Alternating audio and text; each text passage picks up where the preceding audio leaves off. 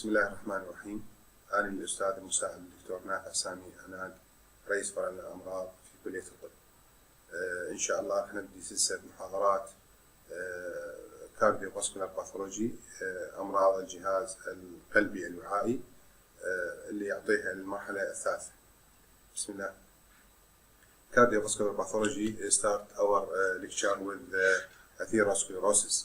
As you know, that artery is composed of histologically from the intima, media, and adventitia, and have a high rate of elasticity that are coordinate with the contractility of the heart and to pushing the blood to the peripheral parts of the body and adapt its circulation. Start with pathology of the arteriosclerosis, which means that hardness of the elasticity of the blood vessels. That to say, blood vessels start to be more hard, and this occurs as a result of the certain pathology that involves sometime intima mostly, and rarely to be media, and very rare to be involved in the adventitia. Arteriosclerosis means hardness of the blood vessels, and is a general term that applied for any pathology that result in the loss of the elasticity of the blood vessels, and we can classify it into three main types of arteriosclerosis. The most common are the atherosclerosis, and this is a pathology of intima, and this common are monkey-beard arteriosclerosis that are represent an entity that are involving the media and calcified and characterized by the calcification of the media, and arteriosclerosis that are associated with hypertension, or either malignant hypertension or benign hypertension. Malignant hypertension that characterized by the hyperplastic arteriosclerosis, and benign hypertension that are represent hyaline arteriosclerosis.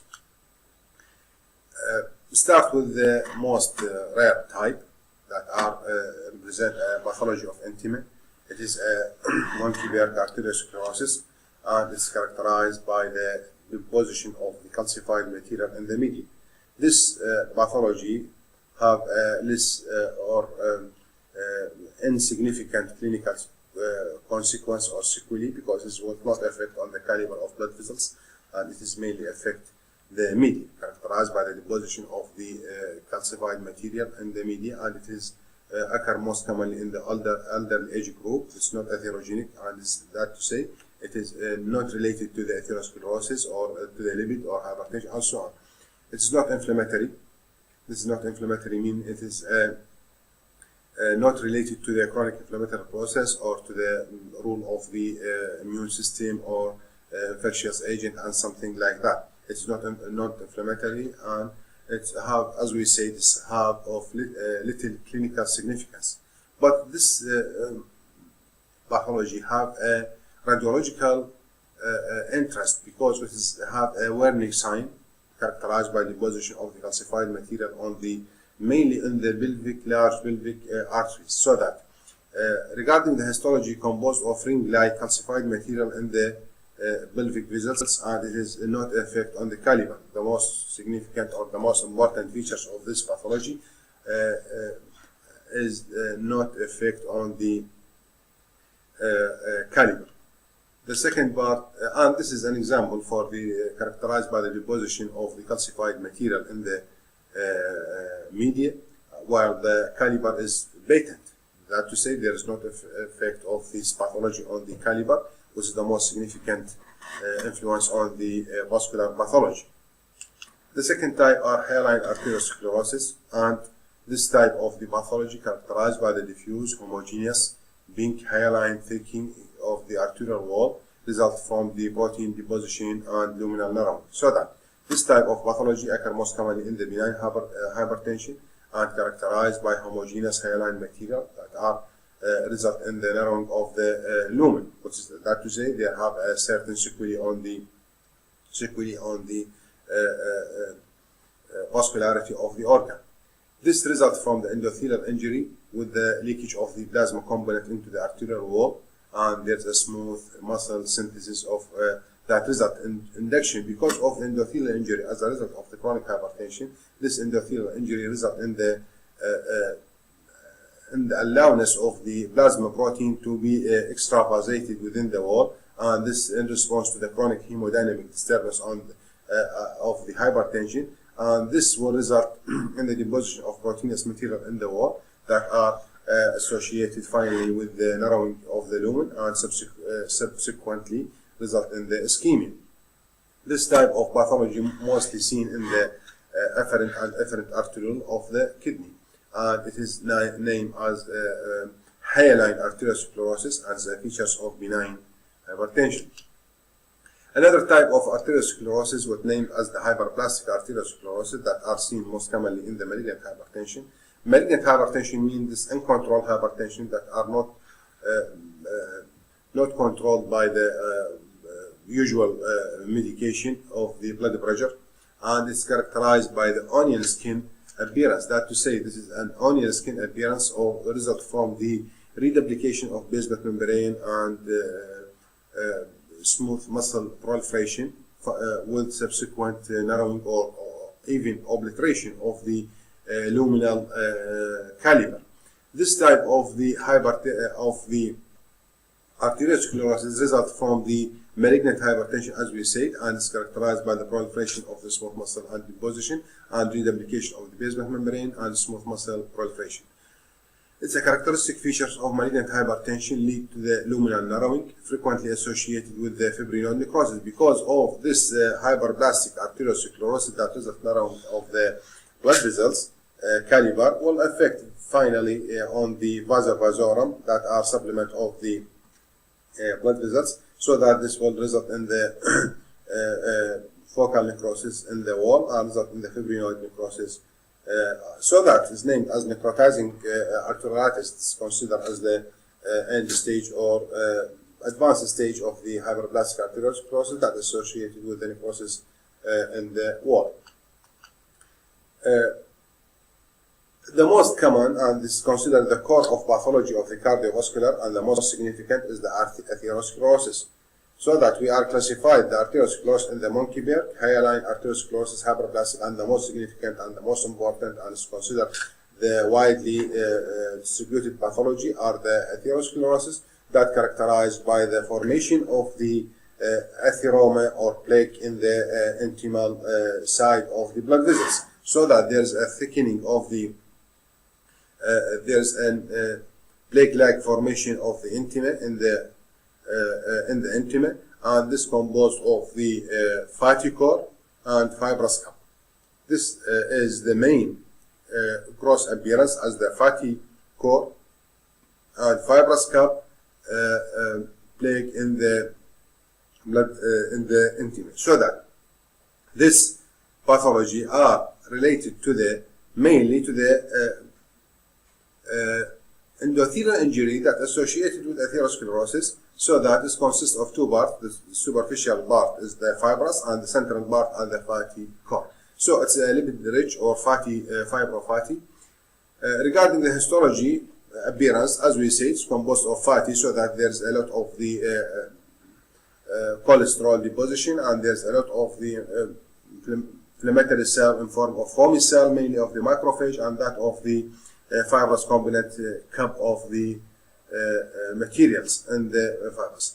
And in addition to the lipid and blood vessels, there's because the process entirely is inflammatory, so that most of this cup or plaque are containing a new forming blood vessels. That to say, it's a chronic inflammatory process, so that the fibrous cup and the central fatty core.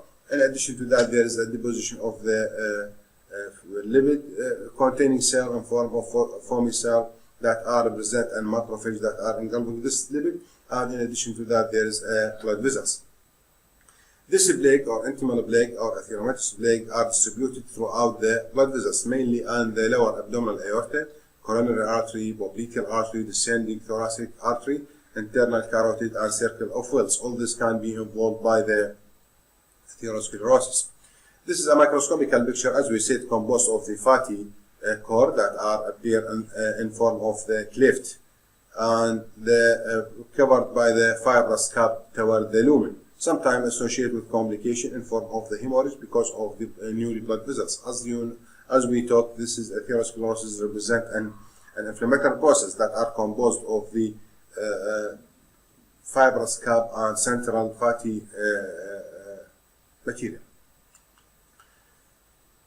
Regarding the pathogenesis of this atherosclerosis, start early during the childhood and infant in form of fatty streak. And that to say, this is a fatty streak that represent a soft yellow, multiple minute fatty parts. This is are scattered throughout the vessels of the infant in the early childhood and appear as the minute small dot, like about 1 to 3 millimeter, or sometimes coalesce together to forming a larger plaque in form about 1.5 cm. This fatty streak are not sufficiently rise to cause flow disturbance because it is small, but later on with the progression of this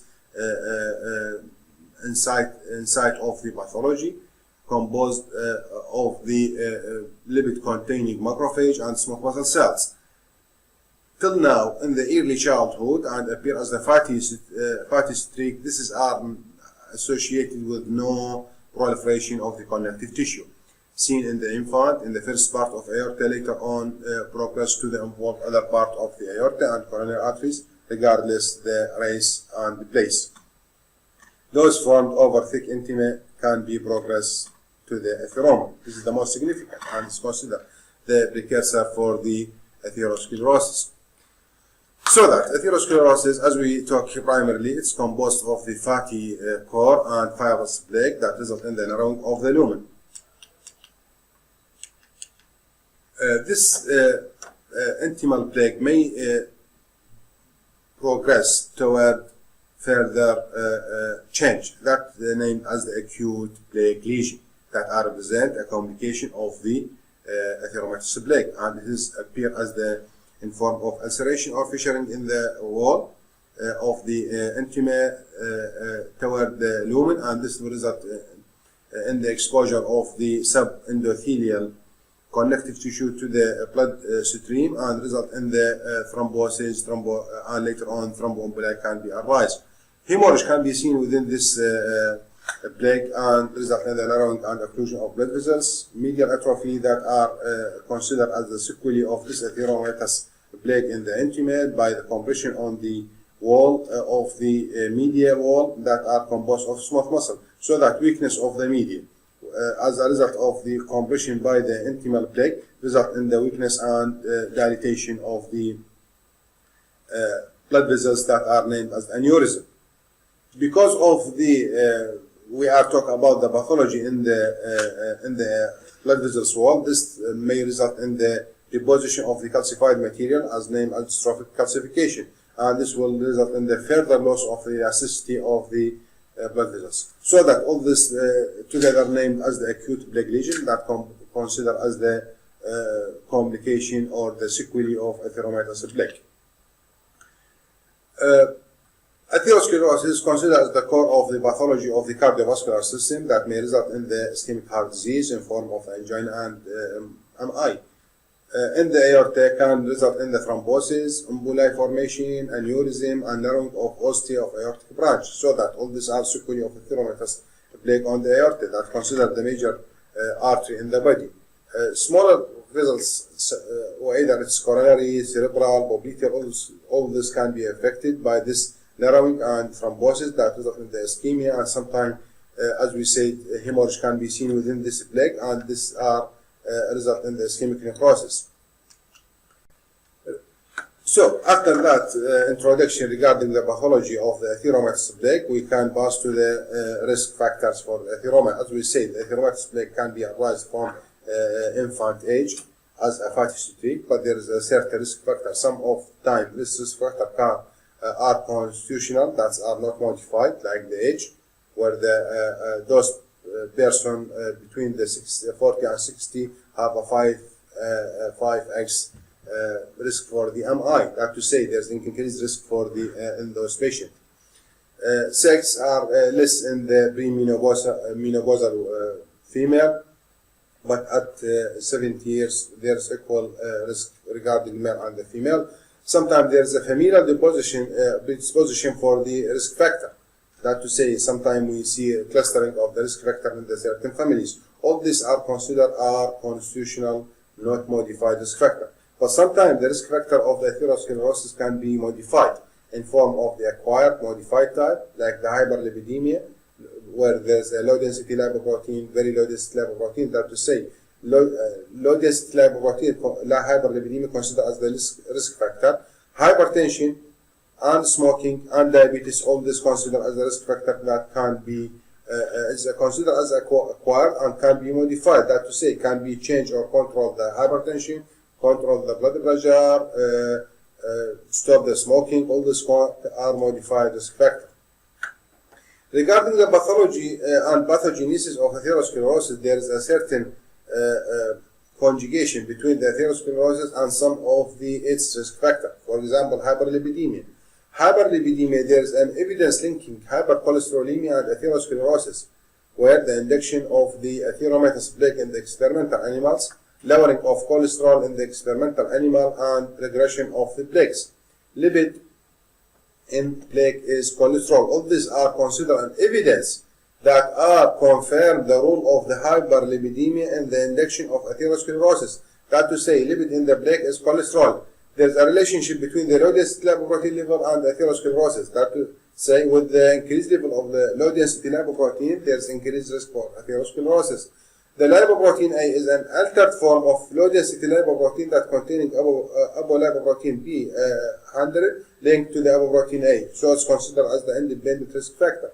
High density lipoprotein, which is considered as the good cholesterol, has an inverse relationship to the atherosclerosis. So that there is all this considered an evidence risk, evidence confirm the relationship between the atherosclerosis and the hyperlipidemia.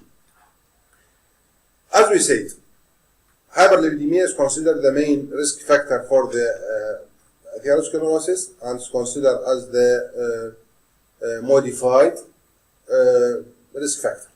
But some time there's another soft risk factor that are for example, decreased physical activity when there is no exercise, type A personality, obesity, oral contraceptive, hyperuricemia, high carbohydrate intake, hyperhomocystinemia. All this considered as the soft risk factor, but this soft risk factor sometimes synergistic effect, have a synergistic effect between this soft factor, and sometimes even that risk factor, even that atherosclerosis can develop without an evidence of the risk factor. So, still we are talking about the pathogenesis of the atherosclerosis and the endothelial injury considered as the hypothesis of the pathogenesis. The core of pathogenesis are endothelial injury that are considered as the first cornerstone for development of atherosclerosis. This endothelial injury can result from the smoking, diabetes, hypercholesterolemia, hypertension. All this can be result in the increased risk for the endothelial injury.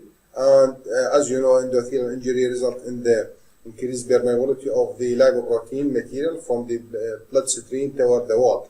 And this lipoprotein can result in the induction of the chronic inflammatory process, release of growth factor, and migration of smooth muscle. And finally, we end with the smooth muscle proliferation and macrophage that engulfing the lipid material, mainly oxidized low density lipoprotein that result in the formation of the foamy cell that are considered the main cell component of the atherosclerosis. Cellular events in the atherosclerosis, that to say, as we say, the main component of the atheroma are fibrous plaque and the fatty core. And in addition to that, there is a cellular element in form of the macrophage and smooth muscle cells. Both macrophage and smooth muscles showing proliferation in the plaque, and this are considered as main component of the intimal lesion and engulfing of the lipid-forming foamy cells, so that the atheromatous plaque are arise finally from the foamy cell that are representing smooth muscle cells and the macrophage that are migrate to the lesion. So, Hyperlipidemia is considered the main risk factor for the acquired risk factor for the atherosclerosis because it may cause endothelial injury, and as we take the endothelial injury are the cornerstone for the pathology of atherosclerosis. Accumulation of the lipid in the intima at the site of endothelial injury or dysfunction. That to say, sometimes there's a dysfunction in the endothelial cell that allow the leakage of the lipid from the plasma component that are passed to the intima. This accumulation of the lipid in the intima will provide opportunity for modification of low-density lipoprotein into the oxidized low-density lipoprotein. And the oxidized type of low-density lipoprotein have a scavenger receptors on the macrophage that allow the macrophage for engulfing and forming a foamy cells. In addition to that, oxidized low-density lipoprotein is considered as chemotactic for the monocytes that are converted to the macrophage and result in the increased adhesion of the monocyte and inhibit the motility. That to say, result in the accumulation of the monocyte, forming a foamy cell and prevent its migration, and stimulate the release of growth factor and cytokine. Regarding the endothelial injury, as we said, it's considered the cornerstone of the atherosclerosis is what we named as response to the injury hypothesis manifested by increased endothelial permeability, allowing the leukocyte to migrate to the lesion, allowing by the increased alteration in the intercellular and vascular endothelial cell adhesive molecules that mediate adhesion of circulating monocyte and lymphocyte. So that all this can be result in the accumulation of further inflammatory cell, mainly monocyte, macrophage in the lesion forming a cellular plaque. And the second step after the migration of macrophage from the bloodstream toward the wall or intimal lesion, the second are the production of the cytokine in form of interleukin-1 and tumor necrotic factors and increased adhesion of the leukocyte and production of the free radicals in form of the oxygen toxic oxygen toxic species. Elaboration of growth factor that contribute in the smooth muscle proliferation. So there is a collaboration of the risk factor, hyperlipidemia, infection, macrophage. What about the role of the infection in the atherosclerosis? Atheromatosis plaque could be produced by the virus. Yes, can be produced by the virus and is confirmed by the many cells. Human atheromatosis plaque contain herpes simplex virus and cytomegalovirus virus. Many research confirm the presence of these two viruses in the atheromatosis plaque. These are linked between the atheromatosis plaque and the viral etiology. Chlamydia pneumonia has been demonstrated in the atheromatosis plaque, so that all this can be result in the induction of inflammatory process. As we said, after formation of the atheromatosis plaque, certain complications can be arise, including hemorrhage, weakness of the media, formation of the loss of the elasticity, and can result in the narrowing of the lumen. This named as the acute plaque lesion that considered as the sequelae in the form of ischemic heart disease. Atheromatous or atherosclerotic aneurysm that are result in the mostly in the male after the 50 years old. 50% of patients are hypertensive, and the common site is the abdominal aorta below the level of the renal arteries. This is the most common site of the of aneurysmal dilatation of the aorta that are result from the atherosclerosis. The pathogenesis are related to the medial atrophy that are considered as the sequelae of the intimal compression on the media, because the progressive enlargement of the media and of the intima that are compressed on the media result in the progressive weakness in the media and atrophy. Rupture can be seen as a sequelae of the of atheromatous aneurysm that are related to the size, pressure on the adjacent structures can simulate tumors. Atherosclerosis can sometimes simulate another pathology, what we name cystic medial necrosis, but it's not necrosis in spite of its occur in the media. In the atherosclerosis, we are talking about on the pathology of the intima, but cystic medial necrosis are a pathology of media. And it is named necrosis, but really it's not necrosis. It is represent a focal loss of elastic and muscle fibers in the aortic media and replacement by the cystic space filled with the myxoid material. That to say, there's a defect in the elastic material of the blood vessels and replacement by the myxoid material. And this occur sometimes related to the hypertension, because sometimes there's a chronic hypertension can compress on the media, result in the degeneration of the muscle and formation of this cystic space that are filled with the myxoid material. Biochemical defect of connective tissue, like that of Marfan syndrome, is an example for this type of pathology. May remain symptomless or could be lead to the dissecting aneurysm. That to say, this type of pathology in the media that are represent a myxoid replacement of the muscle of the media that result in the weakness of the media. So that aneurysmal dilatation can be seen, but sometimes can be remain normal for a long period. Dissecting aneurysm is another pathology of the media. Really, it is not aneurysm. When we define aneurysm as the bulging of the blood vessels in the certain area, dissecting aneurysm is really it's an hematoma that results from the tearing, mostly in the arch of aorta, where there's a pushing of the blood from the heart to the arch of aorta that results in the tearing of the media.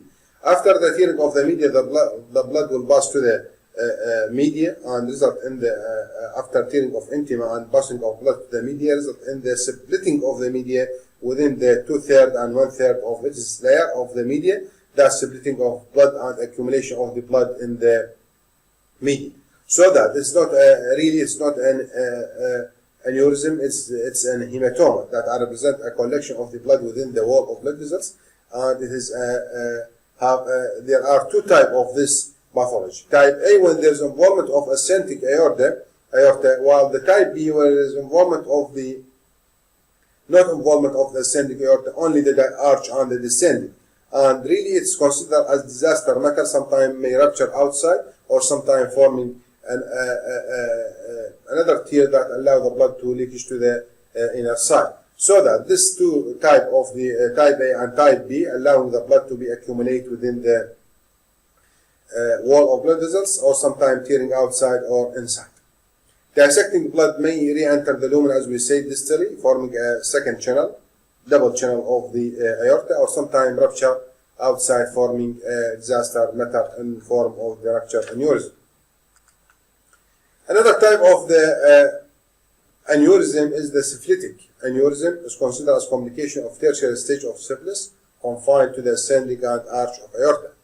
Regarding the pathogenesis, there is a medial fibrosis secondary to the syphilitic aortitis with inflammation of adventitia, narrowing of the vasa vasorum, loss of elastic and muscle of media, and replacement by the fibrosis.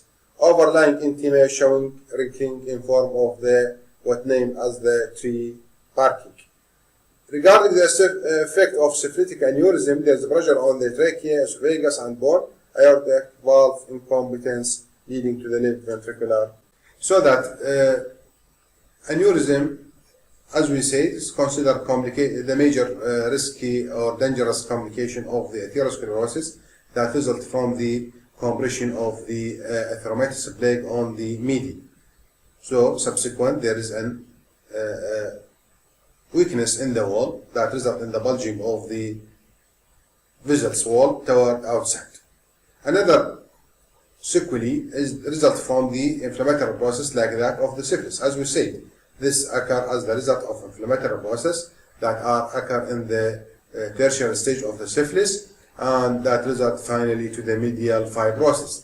And the medial compression in the atheromatous plaque with subsequent sequelae of the aneurysm and the fibrous thickening of the media in the tertiary stage of the syphilis, all this result in the weakness of the media that are considered the major supportive tissue of the blood vessels.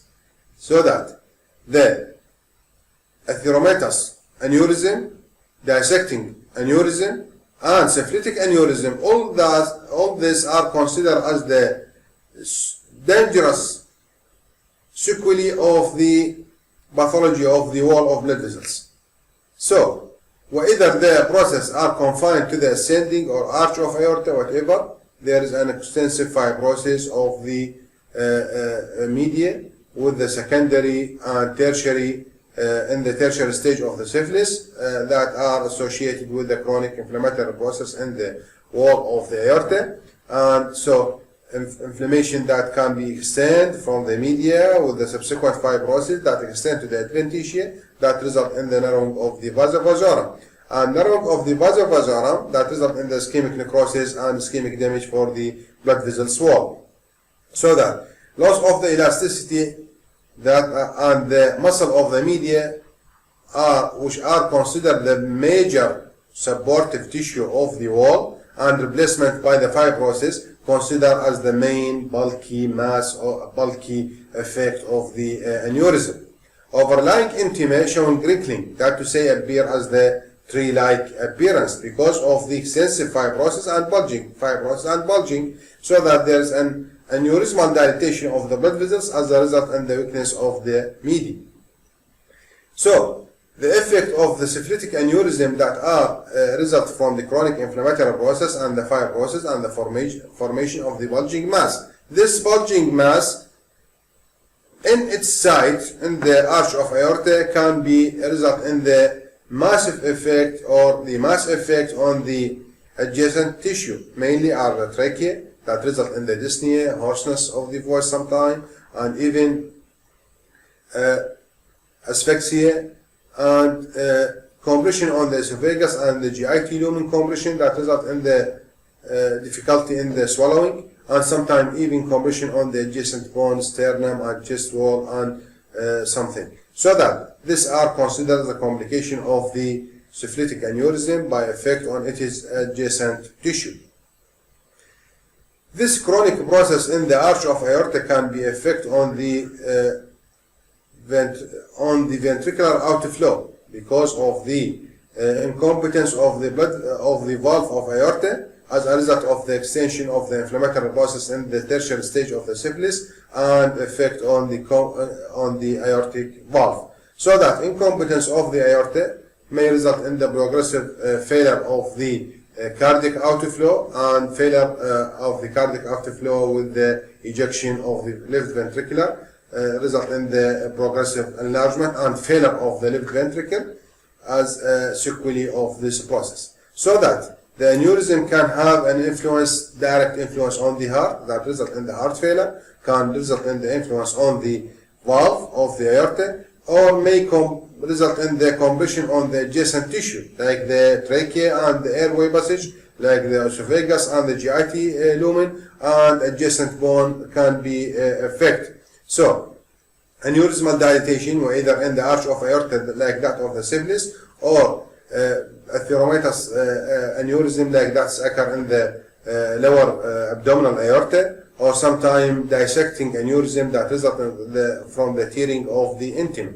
All this type are named as the aneurysm that are represent a bulging of the wall of blood vessels that are finally is considered as the major influence on the heart. So, this is the at this time we are finish our lecture regarding the introduction for the cardiovascular pathology, and we will continue our lectures later on with the sequence of lecture in the atherosclerosis, in the ischemic heart disease, cardiomyopathy, and finally even to the vascular pathology and tumors of the heart. شكرا جزيلا. نختم إن شاء الله بالمحاضرة الأولى من أمراض الجهاز القلبي الوعائي اللي تقدم من قسم الأمراض في كلية الطب جامعة الانبار. شكرا جزيلا، ونتواصل إن شاء الله في المحاضرات القادمة.